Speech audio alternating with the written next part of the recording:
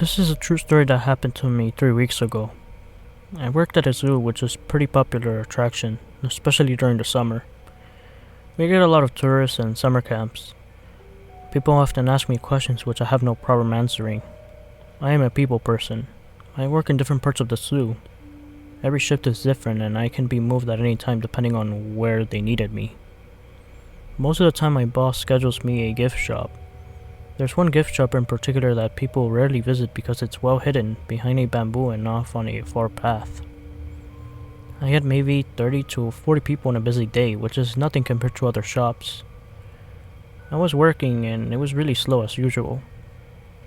I was playing on my phone and sitting in a children's fold-up camping chair in the corner of the room off camera so I wouldn't get in trouble. A man walked into my store alone, which isn't weird. Usually they are lost or looking for a bathroom or for directions, which is something I direct people to often. I walked over to the counter and greeted him. He smiled and walked up to me holding a map on his hand. I figured he just needed some directions to an exhibit or restaurant. He asked me where the snake exhibit was. I asked to see the map and I got a marker out and drew a star where he was, and a line leading to the snake exhibit and marked it with a star. He didn't take the map as I held it out to him. He just stared at me, smiling, his eyes wide and creepy. About a minute passed and I asked if he needed any more help. He finally spoke again and he asked me if I ever gotten scared in a shop by myself. I laughed and said no. The reason I don't get scared is because there's literally cameras everywhere in this place. Every single angle of the store, restaurant and exhibit. There are even cameras hidden in the trees throughout the park to make sure people aren't up to no good. Plus, we have 4 or 5 security guards on duty every day, and they make rounds. I have never had a reason to be scared. I'm a small girl, 4'10" in height. The reason I thought he might have asked was in any case any animals got out, which, even if they had, we have protocols to follow and tons of workers and keepers. He asked if I had any creeps or weirdos come in the gift shop and gave me a hard time, and if it scared me because I was all alone and hidden in this shop. I again said no, and that we have people come in all the time in this shop, and that it was a really busy store. I lied because I knew no one ever came in this store, but I wanted him to get bored and leave. Long story short, he asked me for my phone number and he wouldn't leave. I refused politely and I said I don't give my phone number to strangers, and I was working so it would be inappropriate. He was in his 40s or so and was fat and creepy looking. Even if I was not at work, I wouldn't have given my number. He asked me if I had a boyfriend, and I told him I did, so that he would leave. Finally, people came into the store and wanted to buy stuff, and I thought that was my lucky break for him to get out, but he still stood there at the computer smiling wide-eyed, asking me over and over for my phone number. I finally told him that I was closing and started to turn off the lights, and he finally did. I got home and forgot all about him. I played with my dogs and ate food and binge-watched Netflix. Around 9 p.m., I got a call from a number I didn't know. I screened my calls for people I know, so of course I did not pick someone who I didn't know. If people leave voicemails, I listen to them, and if it's important, I will call back. If not, I will ignore it. The first call and voicemail was from the guy from the store earlier that day. He seemed angry and I didn't answer, and asked me why I didn't want to talk to him. In a span of 2 minutes, I had missed 5 calls, all from this guy. He left me 2 voicemails, one of him breathing heavily like he was extremely angry, and the other saying that if I didn't talk to him, he would call me back and let him know. I didn't know who this guy was, or how he got my number to begin with, so I wasn't about to call him back. I didn't know him shit, so I told my friend on IM, and went to bed, since I had worked early the next day. I woke up to 35 missed calls, 5 from his number and 30 from a blocked number.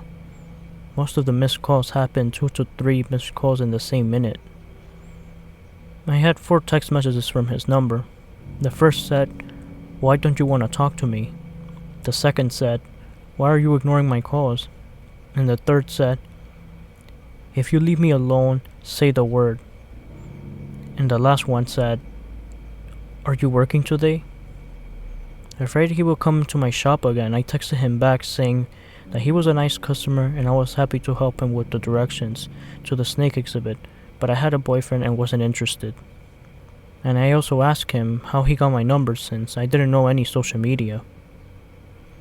He avoided my questions and kept calling me. I didn't answer any of them. He texted me back and asking why I wasn't leading him on and why I was wasting his time. I didn't know what to do, as he wouldn't leave me alone and was scaring the shit out of me. I called out sick for the next couple of days because I was afraid that he would come again into the shop and hurt me. I don't know what this guy was capable of. I mean, we only had one encounter in person and then he goes off and stalks me on my phone. I finally blocked his number, but it doesn't stop him from calling my number by blocking his. It's been 3 weeks and he calls me 20 times a day on a blocked number. I know it has to be him because before this happened my phone never went off. I'm afraid that he'll come back and hurt me. He still calls me every day, multiple times a day, leaving me messages of heavy breathing or muffled yelling.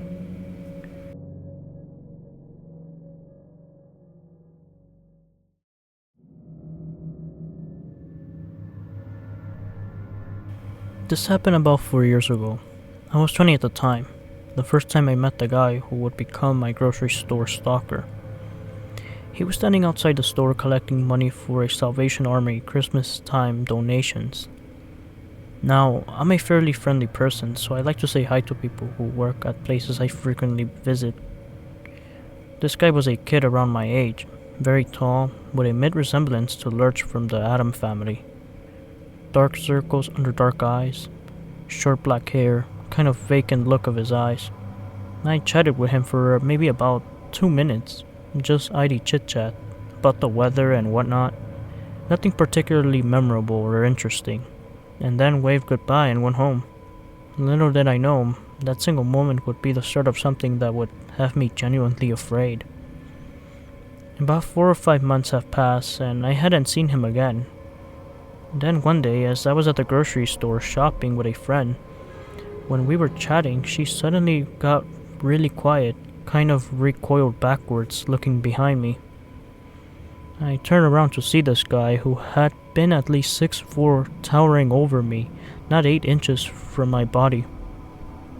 He said hi, and he told me he had remembered me from that December I had talked to him, and then asked for my number. I, being young, I had never experienced this type of interaction before.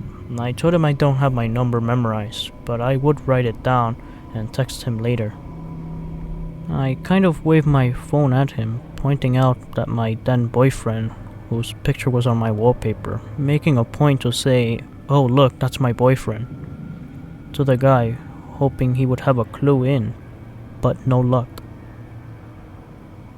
He told me his number, which immediately upon getting, I blocked without letting him get my phone number. However, what really made my blood run cold was what he said after I put my phone away. He leaned in real close, and in a slow voice, he told me, "Whatever I text you is for your eyes only." At this point, I started to feel genuinely uncomfortable. I said, "Yeah, sure. Nice talking to you, but I gotta go back to shopping." I grabbed my friend and dragged her off, shooting a panicked look at her and asking why she didn't bail me out. Apparently, he scared her too with his getting so close to me, and she didn't know what to do. I wanted it to make it clear, I'm not exactly a small girl. I'm 5'8" and solidly built. I can certainly handle myself, and I am very rarely feel intimidating or small in the presence of anyone, male or female. But this guy made me feel tiny and scared. In the months that would follow, he would make me feel truly frightened. I had hoped that that creepy interaction would be the last time I saw him, but that was unfortunately not the case. After that initial meeting with him saying that creepy thing about his text being for my eyes only, It seemed like I would run into him every single time that I got into the store, no matter what checkout line I was in. One time, I even caught him following me out of the car. At that point, I got scared and I decided to do something to the managers. After letting the managers know what was going on, they assured me that they would tell him not to talk to me. After that, he wouldn't speak to me, but I would continue to see him following me around the store at a distance every time that I went up there. I got so bad and I felt so frightened that I started to be afraid to go to the store at all. But I am one of those stubborn people who refuses to be intimidated by someone to the point where I'll stop doing something. I had hoped that maybe it was a coincidence that he was following me. I mean, after all, it was a big store and maybe he just had things to do that just happened to be in the areas I was shopping in. So I started to pay close attention to my surroundings. Once I really started paying attention, I realized that every single time I was there, I would consistently notice him in areas of the store I was in. During my last encounter with him, I went up to the store to grab 2 or 3 items I needed for dinner that night. And I first saw him standing outside of the door when I got there, and with his back on me, I quickly ran inside, hoping he didn't see me. Unfortunately, a few minutes later, I saw him at every back of the store and items in hand. I immediately made a beeline towards the front. As soon as I got near the checkout, I ducked behind one of the shelf displays and watched carefully at the front of the store to see if CC would appear, and he did. I watched as he looked up and down the checkout, and when he didn't see me there, he just stepped outside. And at this point, I quickly ran into the nearest cashier, rung my items, and stuck my head out the door to look for him. I didn't see him there immediately, so I started to try to make my way back to where I was parked. I had parked ways away near the side of the store where a bunch of other small stores and restaurants were lined up. And as I was walking towards my car, I realized I saw him standing by the entrance that I had first entered through the store in, and ducked behind the pillar immediately, hoping he didn't see me. I watched carefully from behind the pillar, and he was scanning the parking lot. He obviously couldn't find me. After a minute or two, he started to walk towards the direction of the parking lot in front of the store, and so I took that opportunity to make a run to my car as soon as he was far enough away from me that I felt safe. As soon as I got into my car, I locked the doors, and to my horror, when I looked up, he was standing there about 15 feet away from my car with a shopping cart in front of him. I knew he followed me. He knew. I knew. I fully believe he had chased after me when I made it to my car. He grabbed the nearest cart to make it look like he was collecting an item from the parking lot. I remember just feeling absolutely terrified that moment. I went home and immediately told my grandfather what had happened. I began crying and shaking, and my grandfather told me to get in the car and we were going to settle this. He and I drove up to the store to his car, and he walked to me to the store, demanded we spoke with the managers immediately, both of them. When the managers arrived at the customer service, he asked me to tell them what had been happening, and demanded that they ensure he left me alone, or that he would involve the police. The manager swore up and down that they would take care of it. As far as I know, he wasn't fired immediately because my friend who encountered him with me when this whole thing began told me that she would see him from time to time when she was there by herself, but that any time I went with her, she would never see him. I fully believe he knew whenever I was there, only this time instead of stalking me, he avoided me. Eventually, everyone knew the situation, stopped seeing him there, so I think he may have gotten fired or moved from that store on. Either way, I haven't had any issues since, but I have never in my life felt so afraid of another human being as I did that day seeing him make eye contact with me in the parking lot as I was locked in my car doors. It still creeps me out to think that he was watching me so closely every time I entered the store that he could easily avoid or follow me whenever he wanted.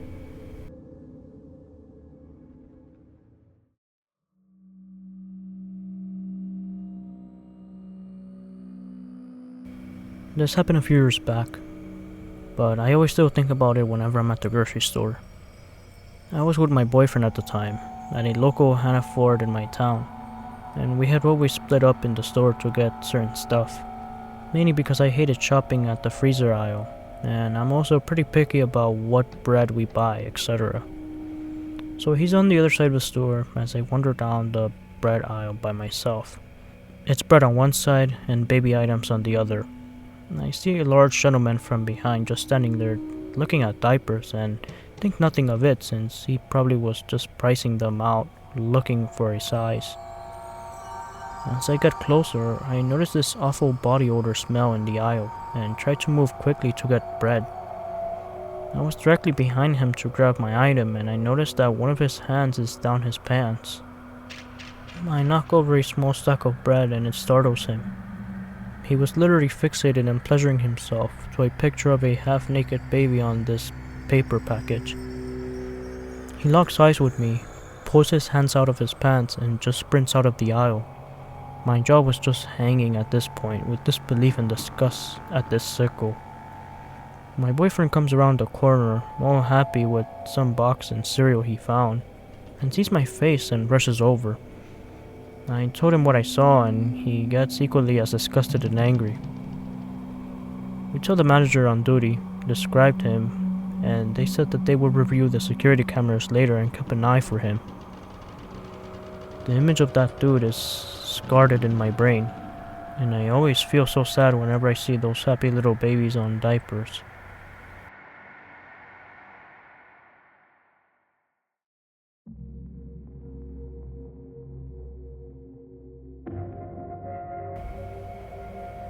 I used to tell a story about my neighbor's German Shepherd attacking me when I was 11. I was running through my yard and came around the corner of my house and he was just sitting there staring at me. It was unnerving, so I started to back away, but then he lunged at me. He pulled me into the ground and tried to get on top of me, but somehow I pushed him off and got inside my house. I used to think about the story and remember that the way he pulled me into the ground was by jumping and biting into the collar of my jacket. Once he had my jacket, he used his full weight and I was basically spun into the ground onto my back.